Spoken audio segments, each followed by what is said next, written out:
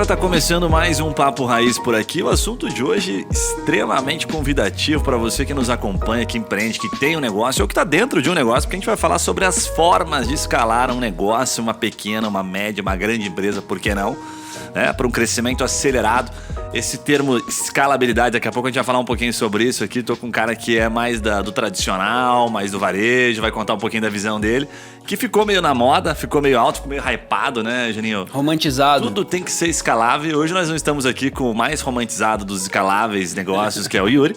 Então vamos falar dentro da nossa concepção, daquilo que a gente tem dentro dos nossos próprios negócios que a gente conseguiu escalar, e vamos trazer um pouquinho abertamente aqui aquilo que a gente conhece. Só para você ter uma noção do que a gente vai falar aqui na pauta de hoje, a gente vai falar um pouquinho sobre o que é preciso para escalar, qual que é o momento certo, vamos falar sobre metas, falar da importância do networking e principalmente como é que você faz o networking, tua rede de relacionamento, né? Se transformar em parcerias que possibilitem você escalar, que isso é puta animal, tem várias formas de fazer isso, né? Vamos falar sobre a escalabilidade ou o crescimento do seu negócio, o que ele muda na prática.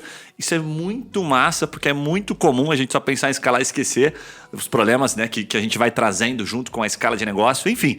Então só para você sentir um pouquinho do que a gente vai falar, beleza? Fica ligado aí. Tá eu aqui, Guilherme, né, sócio da Trimind aqui, fundador da Trimind, um pouquinho mais de 3 anos, uma empresa com quase 60 pessoas, mas para você ter uma noção do background, né, uma empresa de marketing e tecnologia no mercado jurídico. E eu vou passar a bola pro Juninho, que é mestre aqui em escala no mercado de varejo, para ele contar um pouquinho primeiro, dar um contexto, Juninho, para todo mundo, né, para quem ainda não conhece o seu negócio, dá uns números, uns big numbers da Alefarma, e daí a gente já entra nas perguntas, nas respostas aqui sobre os pontos mais importantes. Bacana, cara.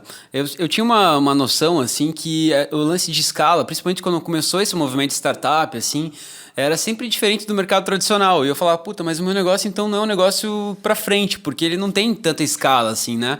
É um negócio, eu preciso contratar alguém pra vender, quanto mais eu vendo, mais eu contrato, quanto mais eu vendo, mais eu tenho que comprar produto. Não é uma coisa que tem uma recorrência, assim, né? Que você vai lá, desenvolve e depois fica colhendo frutos o resto da vida. Mas eu entendi que existem várias formas de escalar o negócio, né? Eu acho que uma delas é contratar pessoas para trabalhar para você, né? Ou seja, a empresa ter pessoas que multiplicam horas trabalhadas para o negócio, e isso, de certa forma, é um modelo de escala, né? Sim. Ô, Mani, mas primeiro, dá um contexto. O que é a Alefarma? Explica só para o pessoal entender, de onde vem o teu background do que você vai falar. Então, eu trabalhei na área da saúde por muitos anos, desde que eu comecei a trabalhar profissionalmente. Eu entrei em grandes empresas multinacionais como representante comercial e executivo. E há 10 anos eu assumi a empresa familiar, que chama-se Alefarma, a empresa focada na área da saúde, nutrição e produtos para a saúde. E a gente trabalha com multicanais, né? A gente trabalha com varejo, B2B, B2C, vende online, todos os marketplaces hoje, né, que estão bombando no mercado. A gente trabalha com produtos de saúde. Então, nosso grande público são pessoas com necessidade de comprar produtos de nutrição, nutracêuticos, mas nossos clientes também, hospitais, home care, lar de longa permanência. E o canal das lojas físicas, né? Show. De nutracêuticos, atletas. O cara da Nestlé aqui no Paraná, né? O cara que comanda, distribui os produtos Nestlé, tem moral pra caramba, então já deu pra entender aí. Ô, Juninho, mas assim, ó, nessa linha que você trouxe, cara, pra gente começar aqui a brincadeira, eu vou fazer um bate-bola e eu acho que você vai sustentar bacana o varejo, que você tem uma experiência absurda, e eu vou acabar puxando, tentando fazer um pouco mais a linha das startups, das empresas. Eu gosto de um conceito que eu vi esses dias que eu achei bem bacana, que diz o seguinte: a tua empresa, no momento que a gente está, né, no digital, parece que tudo é internet, né? Você tem que estar na internet, senão você não vende, você está na internet, senão você não é visto. E nem tudo é assim, né? Mas tudo bem, criaram isso e aí a gente, tem que estar na internet, tem que estar na internet. Mas eu vi um conceito que eu gostei que diz o seguinte: ou a sua empresa, ou ela vende pelo digital, e aí eu vou passar uma pergunta para você que eu acho que você vai conseguir responder bem, ou ela vende através do digital. Então, pensa assim, por exemplo, pelo digital. Você tem na sua empresa, na Alefarma que eu conheço, pontos, né, canais de venda que acontecem pelo digital. Mas você tem outros diversos canais que acontecem também através do digital. Que é quando o cara, por exemplo, vai lá pesquisar, né, no Google, fala, Alefarma, identifica lá qual Alefarma que ele quer comprar, ele identifica um produto, ele vai até a loja. Então o digital ele é um apoio, mas não é fundamental, não é ele que define a venda. Então Sim. Ele se tornou mais complementar. E por que eu estou pontuando isso? Porque eu sei que você começou muito mais com canais físico, certo? Lojas e tal, e depois você foi ampliando. Como é que se dá o formato na sua concepção, na sua cabeça, né, de escalar um negócio que depende do varejo, do 1 a 1 assim, para o cliente? Como é que foi esse processo, essa jornada da Alefarma? Eu acho que hoje, com são infinitas possibilidades que a gente tem através do digital que acabam transformando escala o nosso negócio, né? Vou te dar um exemplo aqui, assim. Quantas pessoas hoje, normalmente, né, você tem no Instagram, por exemplo? A gente tem o @lefarma, né? No @lefarma, a gente tem, se não me engano, 3 mil seguidores lá. Então, quando a gente posta algo no Stories ou no nosso feed, a gente tem 3 mil possibilidades de pessoas olharem aquele produto, se interessarem e começarem a pesquisar. No meu Instagram, pessoa física, né? Eu posto sempre coisas da minha empresa, tenho mais 3.100 pessoas lá. Então, são mais 3 mil pessoas. Ao longo dessa somatória de seguidores que a gente tem só através das nossas redes sociais, eu acredito que a gente também tem uma escala no nosso negócio, porque tudo que a gente fala lá hoje gera um impacto. Então, hoje eu até estava falando sobre networking. E, assim, é impressionante, cara. Tipo assim, são aproximadamente 1.000 visualizações no Stories e, assim, mais de 100 pessoas curtindo, tem um engajamento bacana. Então, tudo isso, assim, cara, através de um vídeo de 1 minuto e meio, por exemplo. São alguns stories de 15 segundos. Então, assim, o quanto isso promove a escala do meu negócio, porque hoje, né, quem tem internet está conectado. Sim. Então, onde chega essa informação? Ela chega no mundo inteiro, né? Como que era antigamente, né, a minha loja? Então, eu tinha uma loja física, ela abre. Como que é o modelo antigo de varejo? O cara abre a loja, conversa com o time do balcão ali e barriga no balcão e espera o cliente entrar. Sim. O cliente entrou, atende, faz um bom atendimento, toma um café, o cliente vai embora, o cara fica esperando o próximo cliente. A gente ainda vê esse formato em algumas lojas que faz aquela fila de vendedores esperando o cliente entrar, daí eles fazem o rodízio de atendimento e tal. Eu não acredito mais muito nesse modelo de negócio, né? Então, hoje, a gente tem a loja física e todo consumidor, por exemplo, que entra em contato conosco, não entra em contato com o mesmo vendedor que está atendendo fisicamente a loja. Então, existe hoje um setor só para atender o online, só para atender o televendas, só para atender os marketplaces. Então, aí que eu estou falando é um volume... Você foi setorizando, mas nem sempre foi assim, né? Você levou anos para você colocar o pezinho no marketplace, por exemplo, né? Exato. Isso tudo estava escrito lá atrás, né? Porque eu acho que é uma coisa interessante a gente falar que quando as pessoas pensam em escala, assim, principalmente quem está começando ou quem já tem um negócio assim, que às vezes já está, né, com seu faturamento bacana, e ele quer crescer, ele cresce, mas ele não tem a estrutura pronta para atender o negócio dele, né? Então ele pensa, bacana, eu tenho 3 funcionários aqui, vou começar a ir para a internet. Aí surgem 20 pedidos na internet. Quem vai separar esses pedidos, né? Quem que vai enviar esses produtos? Como é que você vai ter uma transportadora?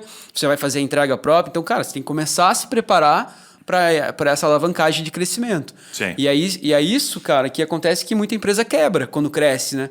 Não sei se vocês já ouviram falar, mas assim, tem muita empresa que quebrou porque cresceu. Sim, então, com certeza. A gente tem que crescer e ao mesmo passo estruturar o negócio. Cresce e estrutura, cresce. Você me lembra de uma história legal, mano. Deixa eu falar essa história pra você. Também tinha um varejo lá na época dos vinhos, né?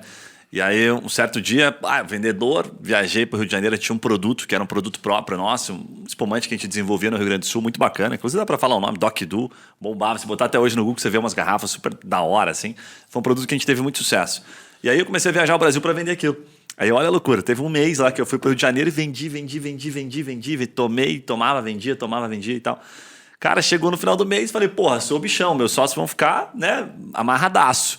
Cheguei para os sócios, vendi, os caras, massa, legal e tal. Aí chegou o começo do mês, e para quem não sabe, quando você vende para outro estado, você tem isso também, acho que no teu segmento, que é a cobrança do ST, né, a substituição tributária. Então o que acontece? Você vendeu, por exemplo, naquela época, não lembro se eram 300, 400 mil, era um valor expressivo assim pra gente. Vendia aquele valor, eu tinha que pagar 30% aproximadamente de ST. Então eu tinha que pagar na frente 90 pau, pagar mais o frete e parcelar aquele pedido. Então eu parcelava 30, 60, 90. Então isso tinha um desprendimento de caixa absurdo. Só que eu cheguei, né, contente, ali eu tinha uns 24, 25 anos, meu sócio, falei, cara, nós vamos ficar ricos com essa parada, velho. Olha quanto eu vendi, eu sou o cara, velho. Tá aqui os pedidos que vocês queriam. Aí ele falou, parabéns, vai ser uma venda histórica. Se você vender assim no próximo mês, nós vamos quebrar. Eu falei, você tá de brincadeira, como isso? Aí que ele me explicou a questão do ST e o fluxo de caixa. Ele falou, o caixa que nós temos hoje suporta você vender isso aqui. Se você vender mês que vem, por exemplo, no mês que vem a gente não recebe nem o ST que você pagou, né, para esse cliente na frente. Cara, a hora que eu fiz a conta que eu entendi, eu falei, cara, então quer dizer que nós quebramos, nós vendemos mais e estamos mais quebrados, porque estamos sem capital de giro. Aí eu entendi o conceito de capital de giro, que ele falou, o capital de giro é o coração da empresa, você está matando o coração da empresa. Se não tiver capital de giro, você não consegue vender. Então, até para crescer, para escalar o negócio, tem que ter dinheiro. Dificilmente, depois a gente pode falar até de modelos de escala que não precisam de grana, né? Mas essa história é interessante porque marcou a minha vida. Agora, um ponto que, cara, eu não queria deixar passar batido, eu queria te perguntar o seguinte. Eu já vi você falando algumas vezes isso. Quando você montou a primeira loja, vamos pegar no primeiro momento de escala, que você chegou numa lojinha, né? Que você já contou essa história algumas vezes, você decidiu abrir depois alguma outra loja. E depois você foi pro barracão, e depois você foi crescendo. Como é que você decide, né? Um cara que está no varejo, por exemplo, tem um restaurante, o cara tem uma lanchonete, ou ele tem uma farmácia. Como é que ele decide abrir um segundo negócio? Por que ele decide? O que ele olha? Olha, caixa, coração batendo, vai no feeling, sabe, segura na mão de Deus e vai. Como é que faz isso? Cara, eu acho que o primeiro ponto ali, até da tua história, assim, puxando um gancho disso, que você aprendeu nesse momento foi ser resiliente, né? Pra caramba. Porque eu acho que todo empreendedor, assim, ele tem que ter noção de que não é quanto a gente bate, é quanto a gente aguenta tomar porrada e ficar de pé.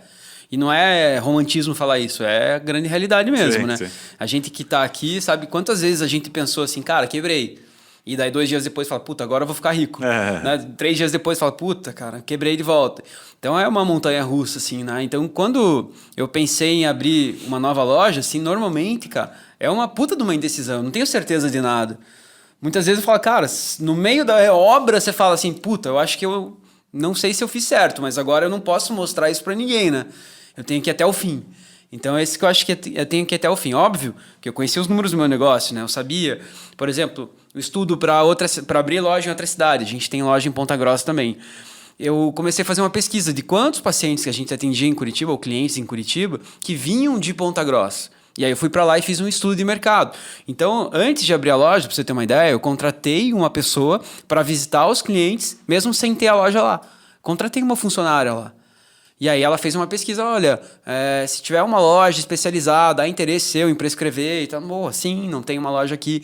Então eu comecei a fazer o trabalho antes para minimizar, né, o prejuízo caso, né, eu fosse abrir uma loja, montar toda uma estrutura. Cara, que diga-se de passagem, é um dos trabalhos mais negligenciados. Você fez a pesquisa de mercado. Exato. Que é um padrão para abrir um negócio, mas a maioria negligencia, né? E eu não terceirizei, eu fiz ela, né? Eu contratei uma pessoa para fazer para mim. Né? Mas era uma funcionária da minha empresa, né? Que eu acho que é muita... E é outra coisa que eu acho importante para quem principalmente está começando um negócio, assim, abrir um negócio novo, é que, pelo menos para minha área de varejo, assim, estrutura não vende. Não é estrutura. E as pessoas, elas amam fazer um negócio lindo. E gastaram todo o capital de giro que tinham para fazer um negócio lindo. Esse é o clássico. Teu principal negócio é o produto, né? Ou o serviço que você vende, enfim, né? Não sei qual... Depende de cada mercado. Então eu vejo assim, por exemplo, o escritório de advocacia, o cara gasta na estrutura do escritório R$500 mil. E aí ele quebra em 3 meses, porque falta cliente, o cara gastou todo o capital de giro numa mesa, numa cadeira, né? Em uma estrutura bacana. E, pô, começa devagar, né? Então, hoje, a gente está reformando nossas lojas físicas, está passando por uma reestruturação de conceito, de marca, mas, cara, porra, estão 20 anos de empresa, né? Legal. Então, não é um negócio, assim, nunca foi um negócio que mais brilhava, mas a gente sempre, tipo, teve muito esforço, assim. Então, eu acho que, assim, é muito começar pequeno, e ir crescendo aos poucos, porque se você dá o passo maior que a perna, muitas vezes você pode tropeçar. Né? Cara, sabe o que eu te perguntei? Tem 2 histórias que são interessantes. Hoje tem um monte de empresa especializada nisso, né? Você, por exemplo, eu quero montar uma academia nesse bairro. Tem empresa que faz aquele estudo de viabilidade do negócio para saber quantas pessoas moram, residem ali com potencial para consumir o seu serviço, lá, a sua academia, certo? E aí você monta. Não à toa, uma Smart Fit da vida, até mesmo a Influx, que são parceiros nossos aqui, eles usam essas empresas e sabem exatamente os pontos. Farmácia é a mesma coisa e tal. Mas me lembrou de uma história, acho que bem raiz, que era, salvo engano, é do Abílio Diniz. O Abílio Diniz conta que quando ele ia montar, ele ia definir o local do Pão de Açúcar, ele saía do ponto em que ele queria montar, então ele falava, vou montar aqui nesse bairro. Ele ia 5 quadras para um lado, 5 quadras para o outro, ele ia avançando 5 quadras e anotando, né? Deduzindo ali quantas casas tinham, quantas pessoas moravam ali, tinha cachorro, sabe quantos carros tinham. Ele deduzia se aquele bairro era um ponto interessante. E aí ele conta que essa era a forma dele de viabilidade de negócio. Cara, achei massa, porque o cara fazia na unha, né? Ia a pé, falava, porra, aqui é um bom bairro por causa disso. Então, você pontuou bem, tem um pouco do feeling também. Por mais que o cara, garanto que aqui vai ter resultado. Sempre tem alguma coisa que pode passar. Né? Sim. Eu acho, e uma das coisas, assim, que é um grande diferencial da Lefarma é o seguinte, Guilherme. A gente montou um time muito bom. né? E toda empresa boa, ela tem um time muito bom, né? Porque no fim são as pessoas que fazem a diferença de todos os negócios, né? E aí a gente pegou essa confiança. Então, quando eu montei esse time e a gente começou a fortalecer a cultura, e ainda era um momento de time que não era tão grande, então era mais fácil gerenciar esse time, a gente tinha aquela confiança mais ou menos assim, cara, se a gente montar uma padaria, vai dar certo. Se a gente montar um açougue, vai dar certo. Ou seja, montar uma loja de roupa, vai dar certo. Então, ainda mais um negócio que a gente conhece, que é a nutrição, a área da saúde. Sim. Então, a gente tinha essa certeza que com o time que a gente estava naquele momento, uma loja nova ela ia funcionar. Outra loja também, outra loja também. Então, eu acho que o time que está presente com você nesse momento, ele vai te influenciar a tomar a decisão de abrir mais uma loja ou não. Porque se você tá capenga, se muitas coisas não estão resolvidas na tua empresa, a maior cagada que você pode fazer é abrir outra loja. É verdade. A gente tem experiência do nosso amigo, né? Alguns amigos já aconteceram isso, o Yuri mesmo já deu deu esse depoimento, claro. né? Que ele estava estruturando a empresa dele, ele abriu mais 3 empresas ao mesmo tempo. E aí realmente ficou difícil para administrar. Cara, tem um ponto aí que eu acho que faz parte da pauta também, que assim, é que momento certo, que é o momento certo de escalar um negócio, né? Eu tenho uma tese aqui comigo que é o seguinte, né? A gente geralmente erra, ou o cara é muito afobado, né? Eu já vou escalando e às vezes não tem recurso e tal. E 80% das empresas que fecham, né? Dados do Sebrae lá, não lembro números exatos, mas era tipo assim, 80% fecha até o segundo ano, 60% fecham. Eram dados assim, mas sei que 80% fecha até 5 anos. Mas eu sei que 60% talvez fecha em 2. A galera, tanto faz em que momento, mas muita gente fecha. Até 90% das startups falham por autodestruição ao invés de concorrência. A startup fecha mais do que o tradicional ainda. Fecha muito mais do que o tradicional. Mas o que é interessante, quando você vai analisar esses dados, sempre está lá a informação. Administrativo. O cara não sabe administrar o negócio, não sabe fazer a gestão financeira. E aí, quando você pergunta assim, qual que é o momento certo, né? Esses dias mesmo eu fui prestar uma mentoria para uma pessoa que tem um negócio que está prosperando, que está começando, está legal, e ele estava muito entusiasmado em não perder o timing de mercado e já montaram uma segunda unidade, já, enfim, seguir escalando porque estava entrando dinheiro. E aí eu fiz a seguinte pergunta para ele, que eu faço até, acho que recomendo, porque eu aprendi isso, então eu gosto de dividir um pouquinho. A primeira pergunta é assim, né? Aquela famosa reserva de emergência, assim, né? Que a gente chama de fluxo de caixa. Quanto você tem, né, de caixa hoje que mantém a sua empresa aberta? Por quanto tempo sua empresa ficaria aberta? Eu tenho caixa para 3 meses. Se você tem para 3, né, você tem, vamos colocar o mínimo viável. Esse caixa, em tese, esse valor, você não pode mexer. Se você mexe nessa grana, você está mexendo, na tua segurança. Quem dirá a tua empresa, sei lá, venha uma mudança de lei, qualquer situação que possa acontecer, você tem varejo, sei lá, acontece alguma coisa, uma pandemia, pronto, né? E aí, você tem o quê? Na pandemia ficou comprovado, os caras tinham 22 dias de caixa. Então, a grande maioria quebrou, né, porque tinha pouco tempo de caixa. Não estou dizendo que, né, colocando dadas as proporções aqui, tem negócio que nem consegue ter caixa, né, por mais tempo que isso. Mas a verdade é que se você não tem grana primeiro para manter uma reserva de emergência, você não tem como dar o próximo passo. Então, qual foi a linha de raciocínio que eu construí para a pessoa? Eu falei, olha, calcule quanto custa. Calculei, meu negócio custa 20. Beleza. Então, gere pelo menos 60 de caixa. Gerou 60, ótimo. Dali para sempre, para frente, né, acima de 60, o que entrar é a sua capacidade de tirar um pouquinho do caixa. E aí você pensa, fala, vou montar um negócio agora que vai me custar 100 pau. Legal. Então, passou de 60, ou você chega até 160, né? Só que aí vem um problema, porque às vezes, até você chegar no 160, você foi aumentando o teu custo, então o que custava 20 passou a custar 30. E aí já não é mais 60, você tem que ter 90. Sim. Né? Se passou a custar 40, você tem que ter 120. Então você vai tendo que aumentar a tua reserva. Tudo que superar a reserva, você tem 2 caminhos. Ou você bota no bolso, isso é o famoso dividendo, né? O sócio leva, ou você reinveste na empresa. E aí, o que você pode fazer? Ou você financia, que também não podemos deixar de falar que é uma forma de você escalar um negócio, certo? Até hoje, na forma de você avaliar grandes empresas, você sempre olha a dívida, mas deduz, né? Empresas boas têm um capital, um patrimônio maior do que a dívida, então você entende que aquela empresa é líquida, certo? Se eu vender tudo que eu tenho aqui, eu pago a dívida e está sobrando dinheiro, ok, uma empresa saudável, né? Mas trazendo para um lado mais realista, que são empresas maiores, o que vai acontecer? Tenho mais de 3 meses de capital. Cara, vou escalar o meu negócio e vou tomar uma decisão, ou você faz à vista, obviamente, que é sempre o melhor caminho, ou você parcela aquilo desde que você nunca use a sua reserva de emergência. É tipo aquele momento que a gente estava, brinquei até que isso é mais ou menos aquela linha de raciocínio que a gente estava no momento de falta de água aqui, como é que chamava? Racionamento. Do racionamento. Não, racionamento, aquela reserva de água que sempre fica de uns 20%, como é que eles chamam? tipo o poço final, assim, tá ligado? Aham. E aí os caras falavam, não, isso aqui é o poço, é 20%, não pode passar disso aqui. Passou disso aqui, ferrou. Então, empresa é a mesma coisa. Cara, tem que ter um patamar de financeiro no caixa que se passar para baixo, negão, socorre na hora, porque o bicho vai pegar. Mas você falou um negócio interessante, Guilherme. Por exemplo, para você chegar nessa meta, não pode passar de 20% para baixo aqui, teve um planejamento em Sim. cima disso. Eu acho que o grande erro, eu acho que é a base, né?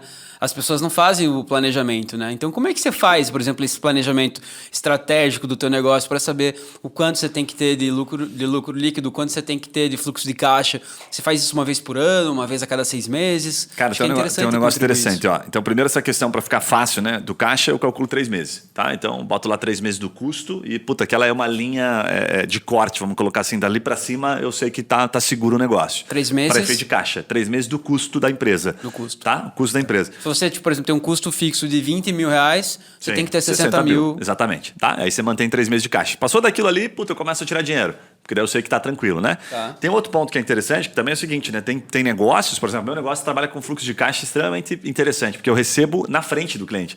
O cliente contrata meu serviço e paga a primeira no dia, na hora. Aí eu começo a prestar o serviço. Coisa linda, hein? Não tem coisa mais linda que isso. Mas se o cara tem uma loja de roupa que ele vende 100 mil no mês e vende em 6 parcelas, porra, no outro mês vai entrar quanto para ele? 15, 16 mil? A não ser que ele comece antecipado. Aí fudeu, a bola de neve Aí animal. perdeu Você tem varejo, então você isso sabe. Aí, nesse caso, o fluxo de caixa tem que ser, às vezes, até maior. Eu vendo na média com 3 meses. Meu irmão, complicou total, porque você vai receber o primeiro, né, daqui 3 meses aproximadamente, você vai conseguir pagar, girar o teu negócio daquele mês que você vendeu. Esses do caras mês zero, normalmente do dia trabalham zero. com muito dinheiro de banco, né? Assim, Isso, trabalham totalmente alavancados, né? Exatamente. Aí esse é um problema, porque quando você coloca o preço do teu produto, normalmente o empresário não faz a conta de quanto ele paga de juros. É. Então isso realmente impacta, né, no lucro líquido do negócio. E aí, para efeito de planejamento, o que eu levo muito em consideração? Assim, acho que cada negócio, eu aprendi uma vez isso de maneira simplificada, que o empreendedor ele deve olhar para um indicador principal dentro do negócio dele e esse indicador ser um indicador que, de alguma forma, ele interfere em todos os outros. Então, o indicador que eu olho aqui, porque quando você presta serviço, está muito associado a pessoas, né? Então, você depende, pessoas são o seu produto, a sua matéria-prima. Então, qual é o indicador que eu olho? Eu olho pessoas. Qual que é o limite que a gente coloca em percentual de pessoas? 35%. Aí você fala, porra, 35%, por que você faz essa conta? Sempre estou olhando para aquele indicador. Porque se eu vacilo aqui e de repente contrato mais gente, me empolgo, né, faço um plano que não deu muito certo, o que eu pego? Da receita bruta, vejo 35%. E de repente isso estourou, olha o que acontece, olha o efeito. Foi para 40%, 45%. Você vai ter mais luz, mais água, você vai gastar mais com computador estraga, você vai gastar com demissão, cara, um monte de outras coisas vão refletir. Um monte de outras coisas. Então ele reflete em tudo, praticamente, do teu negócio. Então, a partir de um dado que eu fico acompanhando, não estou dizendo que eu não olho os demais, esse para mim faz toda a diferença. E qual que é o outro ponto? Eu entendo a empresa como se fosse uma pizza, assim, sabe? Eu separo ela mais ou menos uma pizza de as 8 fatias. Aí você pega uma fatia e vai para o governo, às vezes, quando não, né, 2 ou uma fatia e meia, que ele é guloso. Aí você pega 2 fatias, vai para os funcionários e tal. Quando você tem produto, você pega mais umas 2 fatias também. Então, dessa pizza de 8 fatias, se sobrar uma fatia redondinha, e aí você vai poder falar um pouquinho melhor sobre isso, porque no teu negócio de 8, uma fatia representaria o quê? Uns 13%, 14%, e você trabalha com uma margem menor, porque você trabalha em varejo, né? Já é muito difícil. Sobrar líquido, pagando imposto 100%. Estamos falando de um planejamento de alguém que paga 100% e que não sonega. Né? Porque sonegando é mais fácil. Claro. Aí você bota uma fatia a mais, Claro. come uma fatia a mais, certo? Mas aí uma hora aquela conta não fecha. Então, basicamente, essa forma que eu olho. Assim, eu penso na empresa como formato de pizza e tento entender aonde que são os meus principais pontos de atenção para no final sobrar pelo menos 1 ou 2 fatias como negócio líquido. Aí eu entendo que o negócio está interessante. Cara, esse é o planejamento, né? Eu acho que sem isso daí normalmente a empresa afunda, né? E sobre a questão do imposto, assim, normalmente a gente trabalha 5 meses, né? Só para pagar imposto. Né? O cálculo é bizarro, assim, né? Mas eu acho que, voltando um pouco no aspecto fluxo de caixa, né? Eu vejo que você falou sobre a pandemia, 22 dias de tempo de empresa aberta, médio, assim. né? Eu também vejo, Guilherme, tem alguns erros aí, tá? Talvez seja falta de planejamento estratégico do próprio negócio. Mas a empresa começa a dar dinheiro, começa a ser saudável e ao invés do proprietário, do empresário, né, ou do empreendedor pegar esse dinheiro e reinvestir na própria empresa ou em fluxo de caixa ou em gerar mais negócios, ele acaba colocando isso na bolsa, colocando esse investimento em outros investimentos, né? Esse dinheiro, alavancando esse investimento esse investimento em outros negócios e ele acaba perdendo, eu acho que até oportunidades no próprio negócio dele. Né? Daí, eu acho que o cálculo é você entender quanto o teu negócio gera de lucro líquido e saber que quanto mais você colocar energia e dinheiro naquele negócio, mais você vai ter o retorno. Porque essa diversificação, principalmente no início do negócio, nos primeiros anos, eu acredito que a diversificação é um tiro no pé. Eu acho que tem que ser muito focado no teu negócio, né? Então eu vejo assim, o cara, tipo, por exemplo, pandemia, o negócio foi para trás, mas o cara tinha, investimento na bolsa, tinha esse dinheiro que tinha que estar no negócio estava em outros negócios. E aí, por isso que ele não tinha dinheiro no negócio dele. Mas não que o negócio dele não deu dinheiro suficiente para ele se manter por mais 6 meses. Às vezes o negócio é saudável, mas ele tá matando o negócio, Exatamente. Né? Então tá sangrando, né? Eu vi vários empresários que sangraram o negócio e a hora que precisou do dinheiro eles não tinham.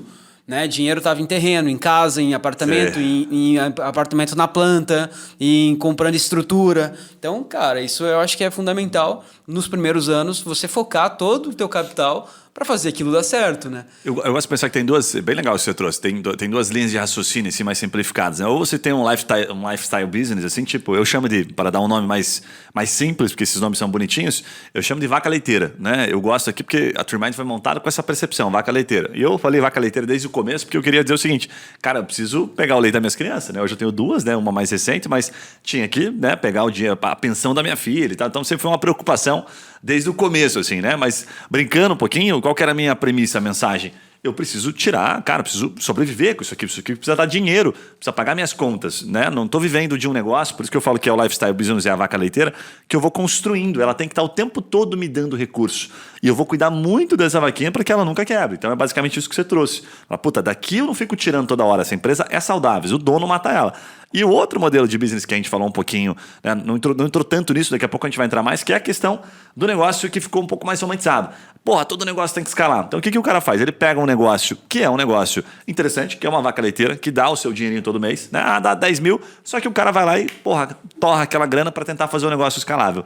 Aí o negócio escalável dele não dá certo, ele acaba matando um negócio que era um negócio interessante, que era um lifestyle business dele, um negócio que pagava as continhas dele, que dava para ele, né, viver com tranquilidade. Porque ele foi em busca de algo que é totalmente escalável. O que ele fez ali? Provavelmente um erro de planejamento, gastou mais do que deveria, abriu mais lojas no momento errado, não tinha caixa para suportar caso quebrasse. Não estou dizendo que está errado. Né? Mas é uma forma de você arriscar tudo. É um cara meio...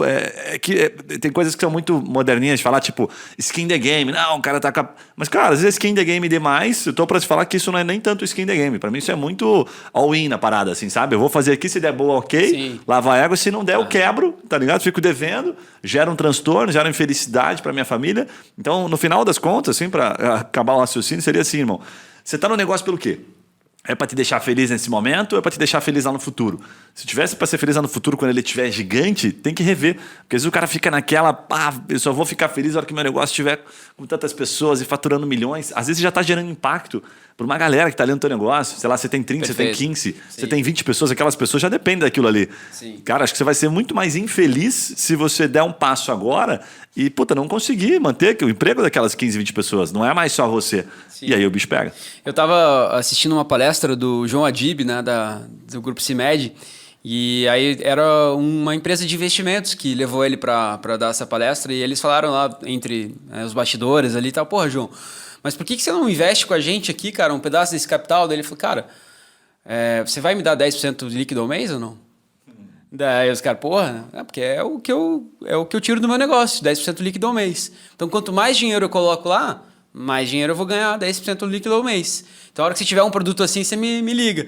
Então, cara, por quê? Porque ele colocou ao longo, desde o vô dele, né, ao longo de muitos anos, muita energia naquilo e foram aprendendo a trabalhar com aquilo, né? Mas eu acho que o ponto é, Guilherme, assim, até falando sobre essa questão de escala, que eu aprendi, assim, que todos esses caras mais ricos, assim, bilionários e tal, os podcasts que a gente escuta, as pessoas que a gente conhece, eles têm uma grande característica em comum. Eles têm um domínio do tempo muito bem planejado, cara. E aí que eu acho que entra um pouco desse conceito de escala, assim, né? Então, a gente estava conversando aqui até hoje sobre isso, que, por exemplo, uma pessoa normal tem uma tendência de trabalhar 200 horas por mês, né? E aí você pensa, em que escala que você tem no teu negócio? Quantas pessoas você tem no seu negócio? Tá, tenho 50 pessoas. Então, você tem 10 mil horas trabalhadas no mês para o seu negócio. Isso eu acho que é muito bacana você fazer esse cálculo. E quando você faz esse cálculo de você, né? Você tira quanto você ganha, você tira de Prolabore por mês. Você faz o cálculo de quanto você ganha por hora.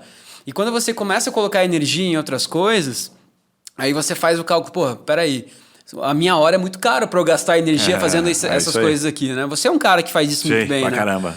Então, eu acho que essa é uma conta bacana para quem está ouvindo a gente, de entender quanto você ganha por hora, para saber se a tua hora vale você desperdiçar com um determinado negócio, sim ou não, né? Essa conta é interessante. No primeiro momento você fica meio chato, né? Você fala, não, puta, não vou fazer. Você começa a ficar tentando ser um cara de ultra performance e tudo você quer cobrar, né? Vou passar uma hora com meu filho ali, já vou anotar no caderno aqui. Mas depois ela te ajuda. O primeiro momento é sempre assim, mas depois você vai começando a entender um pouquinho melhor, porque aquilo, na verdade, é mais para te ajudar a dizer alguns nãos, né? Cara, não vou fazer isso aqui, não vou nessa linha de raciocínio aqui, porque, primeiro, né? Se o cara é empreendedor, e acontece muito isso, ele acha que essa liberdade que ele tem, por ser dono do próprio negócio, ele pode escolher onde ele usa as horas dele. E no final, o empreendedor que tem Prolabore, né? Não sei se está muito claro isso para você que está nos acompanhando, mas assim, você não é só um empreendedor, você é funcionário da tua empresa, você está recebendo, você tem que prestar o serviço. Eu me comporto aqui como, na maioria das situações, também como um funcionário, porque eu tenho meu salário, a empresa paga o meu salário. Então, para ela que eu devo satisfação. Então, quando a pessoa me chama aqui, às vezes fala assim, Guilherme, vamos fazer uma reunião 3 horas da tarde para falar, sei lá, do jogo de dominó que eu vou lançar. Eu falo, velho, 10 ou 3 horas não dá. Por quê? Porque é meu horário comercial, a hora que eu estou trabalhando. Se eu estiver, né, fazendo alguma coisa que não seja da empresa aqui, eu estou sendo injusto com a minha empresa, que paga o meu salário, porque eu sou prolaboreado. Eu não recebo só quando dá lucro. Todo mês eu recebo meu Prolabore, como, né, meu time de colaboradores. Então, assim como eles têm horas, né, compromissadas comigo, eu também tenho que ter. E aí, o que eu faço geralmente, né, para ajustar a agenda? Eu falo, puta, vamos fazer isso. Mas assim, esses dias até me convidaram, né? Falaram, vem dar uma. Não dá para contratar teu serviço que está muito caro. Quanto que é a tua mentoria? Eu falei, cara, se eu te cobrar, você não vai conseguir pagar, porque a empresa me paga um valor substancial. O que eu vou fazer? Tá? Aí fica mais fácil. Você me convida aí, a hora que for mais 6h30, até que você já falei isso, né, algumas vezes. For mais 6h30, mais ou menos, você me convida, tá? Que daí eu finjo que, beleza, já passou do meu horário de trabalho. E aí você paga uma pizza e compra uma meia dúzia de cerveja, eu vou aí. E aí nós ficamos tomando cerveja, eu te falo umas besteiras, beleza. E aí eu não te cobro nada. Vai ser mais barato assim. Agora, se você quiser no meio-dia, 1h da tarde, 2h da tarde, irmão, eu vou ter que ver quanto que a empresa está me pagando, eu vou te cobrar a hora. É justo, entendeu? Aí você entra num senso um pouco mais responsável, porque, cara, tem muito empreendedor que viaja na maionese no sentido de, não, puta, eu tenho horas livres agora, eu uso do jeito que eu quiser. Meu irmão, se você não estiver usando a hora para o teu negócio, olhando para a estratégia do teu negócio, quem estará? Né? Quem está sentado na cadeira estratégica se você não está? Que eu acho que o lance do empreendedorismo virou muito romantismo, né, Guilherme? Então, aquele conceito de internet arrasta para cima e fiz um ótimo mês, pronto, minha vida tá ganha. Acho que ele acabou dando uma falsa esperança para muita gente aqui. Mas eu queria que você falasse um pouco, Guilherme, sobre a questão de networking, cara. O que você acha com relação ao network e de que forma que o network pode te ajudar a escalar seu negócio? Massa. Cara, assim, network. Eu gosto de um conceito que diz assim, né? Você tem amigos, vamos colocar aqui de várias formas, né? Tentando não colocar isso de maneira que fique muito pragmático e sistemático, principalmente, né? Mas você tem amigos estratégicos, né? Acho que você tem que separar isso. Quem são os seus amigos estratégicos? Você tem os seus amigos raiz, né? Aqueles que, cara, você não tem que abandonar nunca, né? E você tem também os amigos que você deve ter numa lista e falar assim, cara, esse aqui eu tenho que ver uma vez a cada 6 meses, que é um cara que só me bota para baixo, energia ruim, só reclama da vida, aí você tem que se afastar um pouquinho, ver só de vez em quando. O que são as amizades estratégicas para mim? É aquele cara que não é exatamente teu amigo. Ele é estratégico mesmo, porque você está ali o tempo todo falando de negócio, né? Ele tem que saber o que você faz, ele tem que saber o que você vende. Uma parada que eu aprendi assim, network, que demora muito tempo para você firmar a sua autoridade para a pessoa saber o que você faz. Né? Um negócio que a gente tem aqui, a gente tem o Masterboard, completou 5 anos, né? Mês passado, a gente fez um evento com quase 100 pessoas, animal, na Gazeta do Povo, com os nossos parceiros. E uma parada que a gente aprende assim, né? Puta, hoje, depois de 3 anos e pouco da Turmind, todo mundo sabe que eu trabalho no mercado jurídico, mas não muito tempo atrás, pessoas não sabiam. Né? Hoje todo mundo sabe que o Juninho, é o cara referência quando pensar nos produtos nutracêuticos, produtos de nutrição alimentar, enfim, que você trabalha lá na Farma. Então, cara, quanto tempo demora para a pessoa saber o que você faz? Né? Abrindo um parênteses rápido aqui, tem advogado, às vezes que eu pergunto para ele, né? Falo, cara, da sua família, as pessoas te reconhecem por que causa? Né? Às vezes nem a mãe do cara não sabe que causa ele é especialista. Nem tua mãe não sabe que você é especialista. Cara, não deu tempo de você se firmar naquilo ainda. Né? Então, acho que isso é o primeiro ponto de você entender que o network ele leva tempo, para não subestimar. E o segundo ponto, ao meu ver, o mais importante, assim, esse networking, quando a gente fala em networking, parece que todo mundo faz networking. E a grande verdade é que a minoria faz networking. Para mim, o que é fazer networking? É você ter na tua agenda isso definido, pelo menos, uma vez por semana eu proativamente provoco algum tipo de diálogo. Então, por exemplo, a gente tem um benefício aqui, né? A gente está gravando o podcast toda semana, né? Então, a gente toda semana está conhecendo alguém diferente. A gente já tem um hábito aqui de, vou almoçar com um parceiro aleatoriamente, a cada 2 semanas ou a cada uma vez por semana. Eu já conheci pessoas que faziam isso de maneira estratégica, porque eles sabiam quem eram estratégicos e marcavam almoços. Então, pensa, se você fizer 1 por semana, você consegue fazer 4 no mês. Não é muito. Ao longo do ano são 48, só que você não pode fazer uma vez e nunca mais fazer. Você vai fazer com esse cara uma vez, depois vai passar 2 meses e vai fazer de novo. Então o teu limite de relacionamento estratégico são, 8 pessoas, 12 pessoas, não é muito. Aí o cara às vezes deixa para fazer isso quando? Ele fala, quando pintar alguma coisa eu vou fazer relacionamento estratégico, eu vou, né, proativamente. Que nada, passa a mão na lista agora, veja aquele amigo que faz tempo, está trabalhando numa empresa legal e vai em busca dele. Isso para mim é fazer networking de verdade. De maneira simplificada, estou colocando um exemplo entre vários, né, que a gente pode fazer. Eu não acho que fazer networking é um pouco daquilo que as pessoas fazem. Eu saio adicionando gente no Instagram, publico coisa. Cara, isso para mim não é networking. Tá? Isso para mim é a forma de você estar se posicionando frente ao digital para pessoas que já te conhecem. Mas aquelas pessoas que não te conhecem ou que nem lembram de você, não vão se conectar, não vão, né, sentir interesse. Só uma última coisa interessante, mano, que eu lembrei aqui que eu acho muito bacana. Tem um parceiro que, não recordo o nome dele agora, que ele escreve livros sobre gestão de pessoas e tal, e que ele conta um negócio interessante. Ele usa a analogia do top of mind, né, para entender quanto você está com um networking bem ativo e o quanto o teu networking é de fato legítimo. Olha o que o cara ensina que eu acho top. Ele fala assim, as pessoas que realmente... Pensa nas pessoas aí que você acha que são teus amigos. Aí você separa lá, os networking estratégicos. Agora a pergunta que eu te faço é o seguinte, supondo que uma pessoa em comum, pergunte àquela pessoa que você considera que é seu amigo estratégico sobre um serviço ou um produto que você vende. Né? Daí ele faz a pergunta, caso aquela pessoa não fale de você, né? Não lembre do seu negócio, você acha que ela vai, ou ela não indique você acha que ela vai se sentir mal? Ela vai ficar com vergonha? Ela vai ficar tipo, puta, né? Como se o Juninho chegasse pro Juninho e falasse, algum advogado fala, preciso vender mais, estou procurando alguém, e você não citasse o meu nome, não falasse a minha empresa. Eu tenho certeza que você ia se sentir mal, você ia ficar puto, falar, cara, tô traindo o cara, entendeu? Não tô sendo leal a ele. Isso, para mim, é a essência do networking. Que a gente fala do conceito top of mind, porque a gente pergunta assim, marca de sabão, sabão em pó, marca de, chiclete, né? Sabe, marcas de roupa. Aí cada um vai falar uma marca que vem na cabeça. Sim. Então, quando fala do seu segmento, tem que vir a sua empresa, tem que vir o seu nome. Se não vem, aquele network não está fortalecido. E se ele não está fortalecido é porque você não está fazendo network direito. Você provavelmente está postando no Instagram esperando o cara curtir e se tornar um brotherzaço teu para passar a indicar o teu negócio. Sim. Cara, muito bacana o que você está falando, porque eu vejo que tem pessoas assim que parece que já nascem prontas para fazer networking. E tem pessoas que eu vejo que é um esforço muito grande, assim.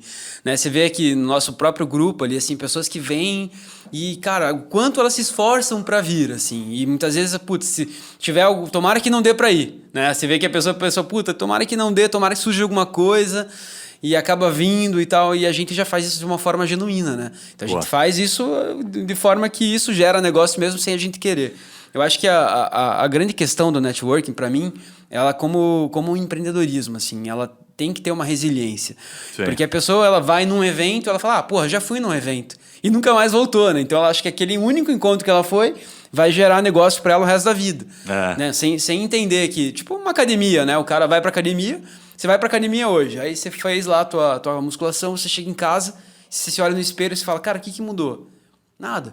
Mas a soma de pequenos hábitos todos os dias, a gente sabe o quanto vai trazer o retorno. Network é a mesma coisa.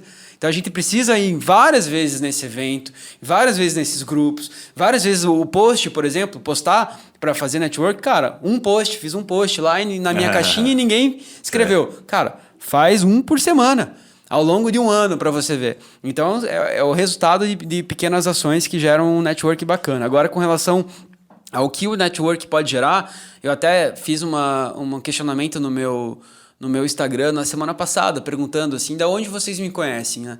E, cara, foi muito bacana as respostas, porque teve desde a infância... Da Globo. Da época da Malhação, né? A Tribuna. Teve amigos, assim, da infância, adolescência, amigos de outras indústrias que eu trabalhei, de trabalho, de negócio. Teve até uma amiga minha que eu bati no carro dela. Essa história é bacana, cara. Eu bati atrás do carro dela, né? E aí ela, pô, desceu, então eu falei, não, fique tranquilo, eu tenho seguro e tal, vou resolver. Não, fique tranquilo que eu vou arrumar aqui, eu sou mecânico e tal. E, cara, assim, eu acho que a questão foi de transformar do limão uma limonada, assim. Sim. Ela também trabalha na área da saúde e a gente fez negócio em função que legal. Dessa batida. Então, acho que é utilizar esse conhecimento, esse contato que a gente tem ao longo de um processo longo e isso vai trazer bons resultados. Para mim, eu acho que é muito por aí. Bem massa. Cara, você sabe que você me lembrou de uma situação, né, em termos de networking, que é quando você... Inclusive tem algumas empresas que usam isso, né? A MetLife usa isso, a Prudential usa isso, essas grandes empresas. Certamente você já foi abordado por um desses vendedores, porque eles são muito bons e estão sempre te abordando. E eles começam sempre pelo networking. E um dos indicadores para que o consultor, né, seja contratado é justamente a lista de contatos dele. Ele tem que fazer uma lista, parece que tem um número assim, tipo 100, 150. Você que trabalha aí, que a gente tem vários amigos da MetLife, tá? Não lembro o número, mas os caras já me contaram. Ele tem que ter uma rede de relacionamento forte. E aí, como é que os caras saem vendendo, né? Que é o mais louco, que é, cara, o modelo mais antigo e que funciona pra caramba, né? Ele senta com os parceiros dele, eles calculam, né? O pessoal da MetLife tem essa lógica, fala, pô, se ele tem 100 pessoas extremamente engajadas, certamente dessas 100 ele vai conseguir pelo menos uns 3 nomes. É essa lógica. Sim, sim. Aí daqueles 3 nomes ele forma 300, daqueles 300 ele dá um primeiro impulso, né? Daí dos 300 agora, os novos que ele gerou, ele vai conseguir mais algumas indicações de alguns deles, ele gera um novo grupo e assim vai. Então ele vai alimentando, vai fazendo aquele conceito de bola de neve. Isso é muito massa porque na prática, assim, qual que é o aprendizado que a gente tira dessas empresas? A lógica é a mesma, né? Os caras não usam. Você nunca vê a MetLife fazendo marketing digital. Você não vê a Prudential fazendo marketing digital. E são empresas bilionárias, né? Americanas que dominam com um modelo tradicional de venda, antigaço. Sim. Eu acho que um bom negócio pra gente abordar aqui, Guilherme, é assim. Tem pessoas que, por exemplo, devem estar ouvindo a gente falando, cara, mas como é que eu começo o networking, assim, né? Como é que eu começo? Então, o primeiro passo, eu acho que é a pessoa se perguntar, assim, você compraria algo de você? Como você é visto, né? Como que está a tua credibilidade? Como que você se comporta? Como que você se veste? Como você fala? E botar um modelo ideal para você, assim. Nesse modelo, muitas vezes você vai ter que começar a se afastar de algumas pessoas também. Porque, não sei se já ouviu aquela máxima que fala que a gente é a média das pessoas que a gente mais convive, né? Boa. Então, pô, isso eu acho que é interessante, porque às vezes o teu network é horrível. Por quê? Porque as pessoas que você se comunica, as pessoas que você frequentemente está junto são, né, tão ruins quanto. Então, acho que esse é o ponto. Assim, a gente primeiro precisa investir em si mesmo, investir em conhecimento, investir na pessoa física mesmo, para daí a gente começar a se relacionar com uma pessoa mais bacana, e aí a gente vai puxando, né? Eu tenho uma legal comigo que é mais ou menos assim, eu sempre tento estar perto de pessoas que eu considero melhores do que eu. Então, isso faz com que eu esteja sempre tentando sair da zona de conforto, para que eu consiga evoluir, para que eu não ache que realmente eu sou bom, né? Porque quando a gente começa a achar que a gente é bom, é porque a gente está em decadência, né? Então, acho que isso ajuda a gente estar em movimento e ajuda eu estar próximo de pessoas melhores do que eu, né? Isso gera um network muito legal. Bom demais. Antes de sair até dessa pauta, aproveitar o gancho aqui para você que é de Curitiba, né? Já deve ter ouvido a gente falar aqui, o Papo Raiz tem alguns eventos presenciais, acontecem mensalmente, que é exatamente evento de network, a gente começou faz 5 anos, chamado Masterboard. Tem uma unidade que a gente faz mais com as mulheres, que é o Masterboard que acontece na Gazeta do Povo, na unidade da Gazeta do Povo. Tem o Masterboard, que foi o primeiro, que é o Masterboard oficial, ali que vem uma galera diferente. São sempre eventos de 35 pessoas e uma das coisas que é mais interessante do evento é que justamente a gente abre um momento em que a pessoa faz o pitch dela, né? Então vem alguém palestrar, mas você fala ali, puta, eu sou um cara, eu sou um médico, eu sou um dentista, eu sou empreendedor do ramo XYZ. Então você faz um pitchzinho de 1 minuto e o que é o mais legal? Sempre tem alguém que fala, cara, que massa, velho, esse negócio que você faz. Pô, meu irmão, minha tia, que como o objetivo ali já é a conexão, é um momento que você abre, né? Você abre essa porta, fica essa brecha, né? E a pessoa se identifica. Como é que a gente fica amigo de alguém? Por semelhança, né? Então, quando você abre alguma coisa, você começa a falar, começa a se expor, você sempre tem outras pessoas dentro daquelas 30, 35 que, cara, tem uma semelhança com esse cara aqui. Legal, é uma primeira ponte, uma primeira conexão animal. Então isso marca muito o nosso evento, faz um puta diferencial. Então a galera que vem há bastante tempo no Master sabe, tem gente aqui que já deixou vários depoimentos. A gente tem algumas pessoas que falam, pô, o Master mudou minha vida. Porque o cara vinha de maneira recorrente, né? Aí conseguia primeiro cliente, emprego, né? O Fernando é um deles, sempre fala, pô, mudou minha vida. Inclusive o Fernando deixou de vir, né? Ficou mais folgado, começou a ganhar muito dinheiro, aí já abandonou o network. Cara, sabe que exatamente, Guilherme, eu pensei com relação ao Masterboard isso, assim, porque a gente, né, conhece todo mundo que está no grupo e tal, e acaba, né, sabendo das coisas que acontecem. E já foram milhões de reais em negócios no grupo, de forma não direta, mas indireto, isso gera negócio até hoje, né? E eu vejo que até pessoas que ganharam muito dinheiro vindo ao encontro do Masterboard, porque se conectaram, às vezes elas não têm essa disciplina de voltar, de ser recorrente. Né? Daí o negócio da pessoa começa a ir mal e volta, puta, eu preciso me voltar para os grupos de network. Só que daí, porra, fica um negócio meio forçado, né? Exatamente. Então, cara, porra, você tá ouvindo aqui a gente, não, se você fez algum negócio a partir de algum grupo, cara, continue frequentando aquele grupo, porque vão gerar mais negócios, né? Eu acho que essa é uma boa dica que você deu aqui.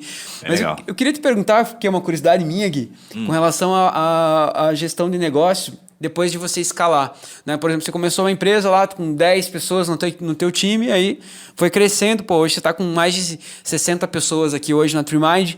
E como é que você faz, por exemplo, você escalou seu negócio para não perder a cultura do negócio, né?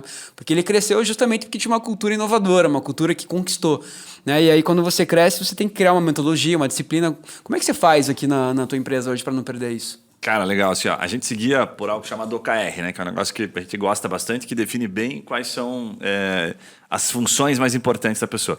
Tem um negócio que eu aprendi com tô mal de nome hoje, gestão de alta performance, o Andrew Groove, né? O Andrew Groove fala o nome no livro dele, que é a gestão de alta performance, High Output Management, acho que em inglês, salvo engano.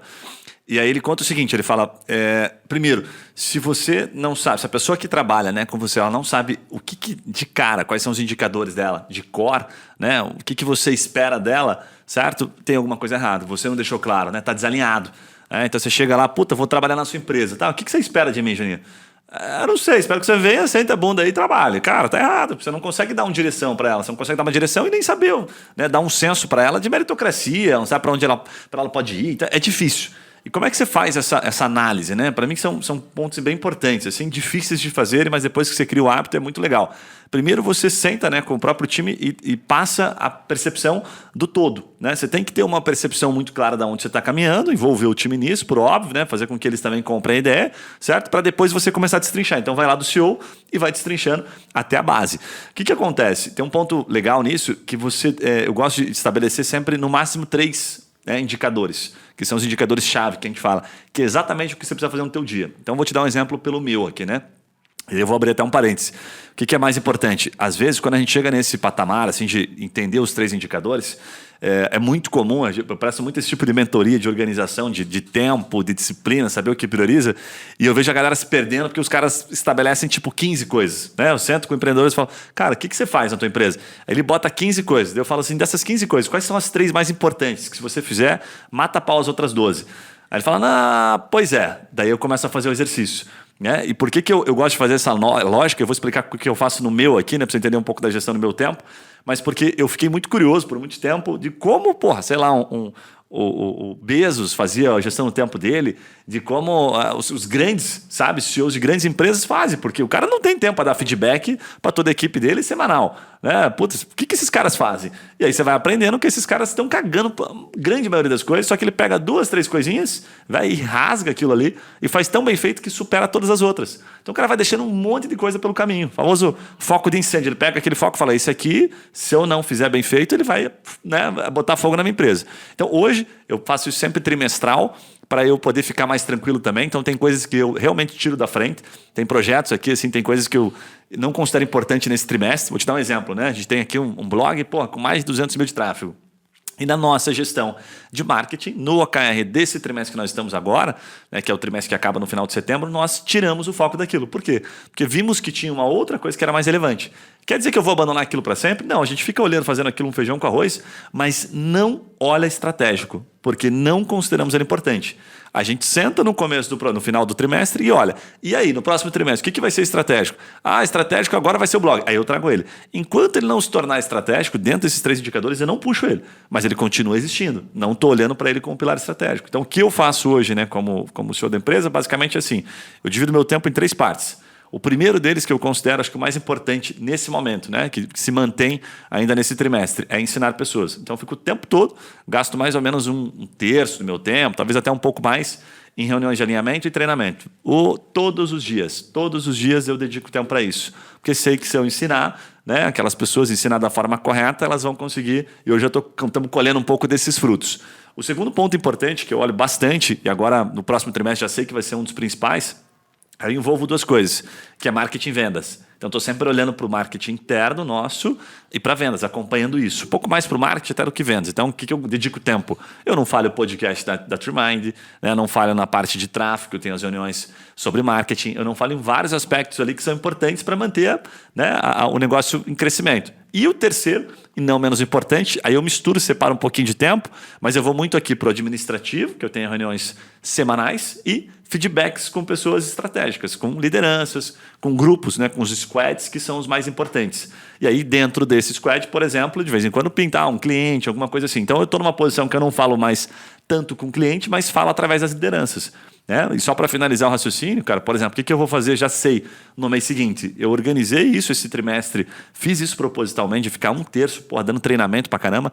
Não vou largar isso, vou diminuir um pouco a frequência e vou adicionar o estratégico. Então, no próximo trimestre, eu já estou tirando coisas da agenda para voltar mais para a venda, para o marketing, certo? Para ficar o estratégico ali. Daí eu passo a tomar mais tempo aquilo. Né? Então eu falo, agora 1 dia, 2 dias da semana eu fico só no estratégico, não dou treinamento para ninguém, não faço feedback, e aí vou fazendo isso trimestralmente de acordo com aquilo que o negócio está pedindo mais. Cara, que aula, hein?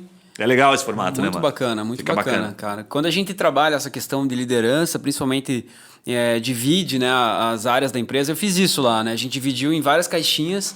Então, supervisão de varejo, supervisão da distribuição, head comercial que cuida dos representantes externas, financeiro, faturamento, logística. Então, cada uma é uma caixinha. Foi organizando. E a gente, foi organizando e foi trabalhando a liderança em cima dessas caixinhas para que eu, dando exemplo e ensinando essas pessoas da forma que eu fazia, a gente acaba treinando ela para a cultura da empresa. E quando entra alguém novo, alguém do time, essa pessoa está muito engajada com essa cultura, e aí você vai propagando e escalando a cultura da tua empresa dentro dela, né? Sem que você precise fisicamente estar em cada uma dessas caixinhas, né? Então, cara, muito massa. Sensacional. Essa parte de pessoas, eu quero te perguntar aqui até, porque é um ponto interessante, né, que a gente colocou na pauta aqui, que é assim, né, como é que a gestão do negócio muda. Eu acho que o que mais muda é a parte de pessoas, né? A gente falou um pouquinho de como, por exemplo, eu pontuei aqui, né, como a gente faz com o nosso time, mas acho que tem um detalhe importante, assim, que a gente aprende também com as literaturas ali, que a empresa vai crescendo e ela ela existe uma cultura, né,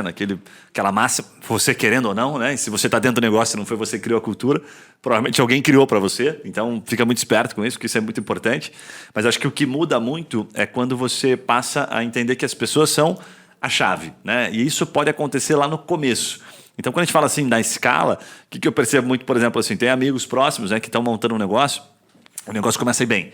Aí daqui a pouco você vê que é bem normal isso, né? Daí o cara tá atolado, não consegue fazer mais nada. Só que aí ele fica naquela assim, ou eu contrato gente e gasto o dinheiro que eu tô ganhando, certo? É o primeiro momento decisivo para o cara dar um salto. Ou ele fala, não vou contratar, porque se eu contratar daí eu perco financeiramente, né? Não, me dou mal. Mas aí ele fica naquela, não sabe se vai ou se fica, né? Quantos caras não ficam nesse platôzão e ficam ali pequenininhos em razão de não dar o primeiro passo? Então, o que eu acho que muda muito, assim, sabe? É o primeiro passo em que o empreendedor entende. Ganhei dinheiro. Qual que é o próximo passo que eu preciso para ganhar mais, para fazer mais? E aí você pontuou isso muito bem. Trazer pessoas.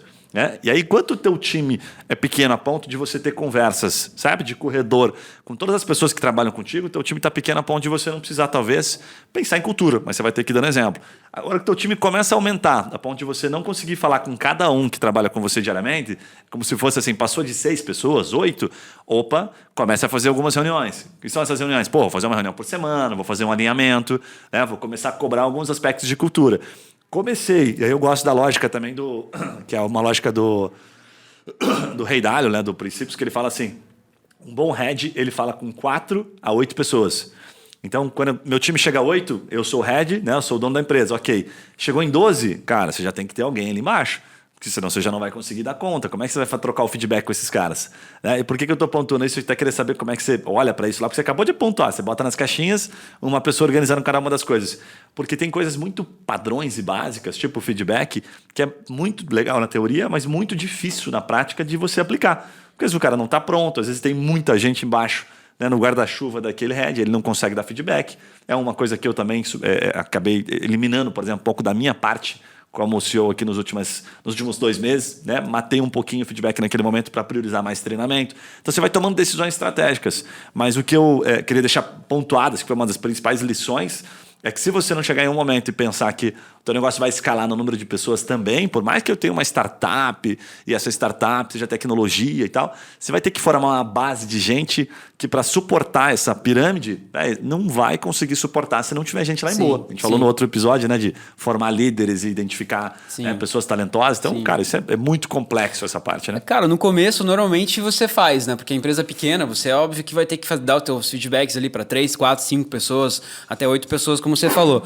Mas eu acho que o ponto é, depois que a empresa tem uma certa estrutura, eu acho que esse foi uma das grandes chaves para o sucesso do meu negócio, em função até do networking que eu tenho, eu comecei a terceirizar muitas coisas que eu não sabia fazer, ou que eu não tinha tempo hábil para fazer. Então, como que eu terceirizo isso, né? Você contrata pessoas de fora do seu negócio para resolver coisas que você, como dono da empresa, não sabe ou não consegue, ou que você também não conseguiria pagar como um funcionário, por exemplo, ter isso recorrente na empresa, você paga por algumas horas. Então, eu contratei serviço, por exemplo, de uma empresa chamada Agência de Gestão, para fazer esse feedback comigo semanal. Então, ela senta com os principais líderes do meu negócio ou com o pessoal da base e faz 3 perguntas lá, né, para que ela tenha algumas respostas, entender como é que está o setor daquela pessoa e depois ela faz um compilado das informações e a gente discute sobre isso. Então hoje eu tenho o feedback de todo mundo da minha estrutura, mas não feito por mim, por uma empresa terceirizada. Então eu terceirizei esse momento, né? Agora, se você tem uma empresa que está começando, aprenda a fazer reunião de feedback, que isso vai trazer bons resultados, né? Bem Só legal. que isso é uma coisa que hoje eu tenho uma estrutura para poder fazer isso, né? Claro. A gente foi criando isso, né? Não foi... Você viu o valor, por isso que você investiu para fazer isso. Você pegou uma grana e colocou numa empresa especializada para colher o feedback. Provavelmente eles trazem aquilo mais compilado para você. Exatamente. Né? Fala, o senhor não consegue estar ali presente. Ok, mas você está dando valor, você está mostrando valor porque você está pagando para isso. Sim. Né? Então você paga, você fala, não, isso aqui é importante para mim. Então você resolveu um problema. Porque quando eu resolvi esse problema, quando a gente diz, aprende a dizer não para algumas coisas, a gente diz sim para as coisas importantes. Eu tenho um amigo, cara, que ele cresceu muito, ele tem uma loja física de roda, performance de carro, mexe com design de carro. E a empresa dele cresceu, cara. E assim, bombando. Você vai lá, troca pneu, troca roda, e você vê que o cara trabalha assim, sei lá, 12 horas por dia. E todo mundo que chega lá quer falar com ele. Então, cara, esse cara tá com uma vida insana, ele deixa de fazer bons negócios porque ele não tem tempo para atender todo mundo, então ele vai atendendo sempre as urgências e deixa de atender coisas importantes. Então você vê que faltou na estrutura, ele cresceu, né, alavancou o negócio dele, mas faltou ele criar liderança no negócio dele. Daí ele é o dono da empresa super-herói. Todo mundo vai nele. Por exemplo, tô com um problema aqui, o cliente reclamou. Vem cá. O cliente precisa de um desconto. Também chamado de super centralizador. Super centralizador. Mas, cara, isso é super comum, né? Talvez você que está ouvindo a gente aqui é uma pessoa centralizadora, cara. Você não vai conseguir escalar o teu negócio ou ter sucesso a longo prazo se você for centralizador. Então, você tem que aprender a treinar pessoas e a desenvolver as pessoas, às vezes, do seu próprio time. Mas eu não tenho condições de contratar uma pessoa top. Então, cara, começa a treinar aquela que é da base, que ao longo do tempo ela vai se tornando uma pessoa boa. Né? Só que você não pode ser centralizador, você tem que ser influenciador. Maninho, vamos passar para um último ensinamento aqui mais importante, então, para a gente caminhar para a reta final. Trouxemos vários insights aqui, tá bem recheado. Acho que esse episódio tem que ouvir umas 2 vezes aqui para pegar cada detalhe, eventualmente. Até a gente mesmo falando lembra de coisas que, preciso rever isso aqui que é importante, né? Mas você trocou num ponto aqui que eu acho que é fundamental, né? Que é quando o cara é pequeno, a empresa é pequena, ela passa por essa situação e é a situação mais difícil. Que é quando ele contrata, por exemplo, contrata 1, 2 e de repente não deu certo aquele 1, 2, aí ele dá aquele passo para trás de tem que ser do meu jeito mesmo, não tem jeito, né? Que acontece aqui com a história do teu amigo. Daí ele fica, entra numa situação em que nunca mais ele consegue, parece que ele fica traumatizado, né? Famoso cachorro mordido por cobra que fica com medo de linguiça. Tem trauma, né? E aí, cara, o que acontece? Esse é um momento decisivo, né? Que você falou bastante, o cara tem que ser resiliente ali e ir para cima. Não deu certo aqueles 2. O errado não estão naquelas 2 pessoas. Geralmente o cara terceirizou, falando, as pessoas não sabem. Daí começa a dar aquelas desculpas, né? Ou fazer aquelas frases assim, tipo, o povo não gosta de trabalhar, o povo é preguiçoso, a geração Z, a geração não sei das quantas, começa tudo a usar desculpa. Na verdade, cara, para deixar bem claro, a cagada é sua. Você não soube como educar aquelas pessoas. Provavelmente você não tinha um plano de carreira, provavelmente você não soube estimulá-las, provavelmente você não deu o exemplo. Tá? Um desses 3 pontos pode se garantir que você falhou. Né? E aí, porra, aquelas pessoas não ficaram. Claro que elas não ficaram. A falha foi sua. Provavelmente você contratou errado, né? Você não alinhou aquela expectativa que a pessoa estava. Então tem N fatores que o empreendedor geralmente erra. E aí, puta, ele dá um passo para trás e fica pequenininho. Né? Então, para ser bem sincero, assim, até colocar numa reta final, seria assim, cara, chega um momento em que o negócio vai tendo, quanto mais gente, eu percebo assim, que você vai tendo dentro da tua empresa com tempo de casa e com preparação, com treinamento, mais fácil fica você fazer bons movimentos e mais sólida a sua empresa está. Né? Mais fácil fica você, por exemplo, vou montar um outro negócio, pego essa pessoa que está numa área e jogo naquela. Isso é muito top. Só que isso começa a acontecer no mínimo, tá? Se você dedicar tempo para treinar as pessoas. Então acontece muitas vezes, o cara contrata, tô cheio de gente aqui. Legal, mas quem está contratado se pintar um puta projeto agora, se crescer 10 vezes, né? Como foi colocado aqui na pauta. Quem que está pronto para atender? Fala, ninguém. Então a cagada é tua. Você não preparou esse pessoal aqui. Então não adianta você estar contratando gente pra caramba e não tá treinando. Isso foi um aprendizado que eu, levei, na marra mesmo, tive que aprender. E o segundo ponto, obviamente, é estar trazendo essas pessoas o tempo todo para um alinhamento de expectativa. Cara, eu acho que a galera fala muito, tipo, geração Z é complicada, geração Z é diferente, os caras não querem ficar na empresa, pulam a qualquer custo. Uma coisa que a gente aprendeu recente aí, que foi fazer o plano de carreira, né, ter um pouco mais claro isso, e abordar as questões da expectativa mesmo, para onde a gente está indo, o tempo todo falar sobre essas questões, envolver em situações que são decisões, às vezes, que o empreendedor não abre. Vamos falar de números? Vamos falar quanto a gente está faturando? Que momento que a gente está? Se está tendo lucro? Se a empresa está saudável? Tem empresa que não abre isso. Então, falar sobre esses temas, cara, para mim é o principal aprendizado. O cara não falou sobre isso, ferrou. O que você leva aí, Maninho, que você consegue deixar pra gente de principal aprendizado desses pontos que a gente trouxe aqui? Cara, eu acho que a questão do empreendedor, quando ele contrata alguém, né, e treina a pessoa lá 5, 6 meses, né, e a pessoa comete um erro, e aí ele já expõe esse erro na frente de todo mundo, ou trata esse erro de uma forma como se fosse acabar o negócio, ele tá 20 anos lá no negócio. Quantas vezes ele já cometeu talvez esse mesmo erro no início? Só que ele não aceita uma outra pessoa cometendo esse erro porque ele, claro, ele já avançou, ele já não está mais naquele nível de errar. E ele não suporta que alguém passe por esse processo de erro. E aí as pessoas começam a sair. Então eu acho que eu concordo com tudo isso que você falou. Eu acho que muitos desses erros é nós, né, que contratamos errado, sim, né? Nós não sabemos reconhecer, às vezes, que o erro é nosso. Né? Não é que a gente contrata errado, porque o erro é nosso mesmo. Júnior Animal, cara, assina embaixo, de fato, deixa o cara errar aí, pô. Fica esperto também, né? Se o cara começar a errar demais, tem uma tese aqui para finalizar, uma dica legal que eu uso aqui na empresa. Fala, erro novo é sempre permitido, só não me traga erro velho. Erro velho é erro bobo, né? Porra, já errei isso aqui. Cara, de novo com esse erro aqui, você tem que dar um pedala Robinho, né? Erra pequeno, corrige rápido e depois acelera. Cara, não, erro novo é bem-vindo. Isso aqui é erro novo? Massa. Eu até brinco. Ele falou, pô, esse erro você já cometeu? Não, pô, parabéns, então. Nossa, que legal. Brinco assim, né? Na hora você fica, às vezes, até meio putinho e fala, puta merda. Sabe? Mas não me erre novamente, do mesmo jeito. Eu acho que ter essa... É difícil, é fácil na teoria, mas... Aliás, é fácil na teoria, é difícil na prática você implementar isso, porque na hora você fica puto, mas quando você começa a fazer isso, você percebe que a pessoa fica mais leve. Né? Errou, tamo junto, e acertou, tamo junto. Né? Na felicidade e na tristeza, tamo sempre junto. Galera, então é isso. Mais um podcast aqui gravado, um assunto animal. Juninho, valeu a parceria. Lembrando que na semana que vem, aqui, passando um recado rápido, a gente vai ter um episódio, a gente vai ter mais episódios como esse, inclusive o pessoal tem mandado alguns feedbacks. A gente vai começar a trazer alguns especialistas para falar sobre alguns assuntos. E nos próximos dias a gente vai falar com a Aline Marte, ela é psicóloga, especialista em desenvolvimento de profissionais, e Diego Goboy, para falar dos grandes desafios de contratação, cara. É um assunto que a gente já trouxe aqui, mas foi novamente demandado. Vamos falar um monte sobre liderança, sobre pessoas. Cara, esse assunto rende muito, para ficar uns 3 dias falando sobre ele, sem parar. Vamos falar de cultura da empresa. Então a gente vai começar a trazer um monte de especialistas de grandes empresas que a gente está agora, né, em contato aqui o tempo todo, para que eles tragam como é que acontece dentro. Como é que acontece dentro de uma puta de um unicórnio? O que esses caras fazem lá disso que a gente está falando aqui? Perfeito. Então, você que nos acompanha, não deixa de mandar aqui, né? Obviamente, pelo Instagram, por qualquer canal, que assunto que você sugere, se você gostou, se o podcast fez sentido para você, se você gostou daqui das besteiras que a gente falou, se alguma coisa foi bacana, e manda também, obviamente, a sua crítica.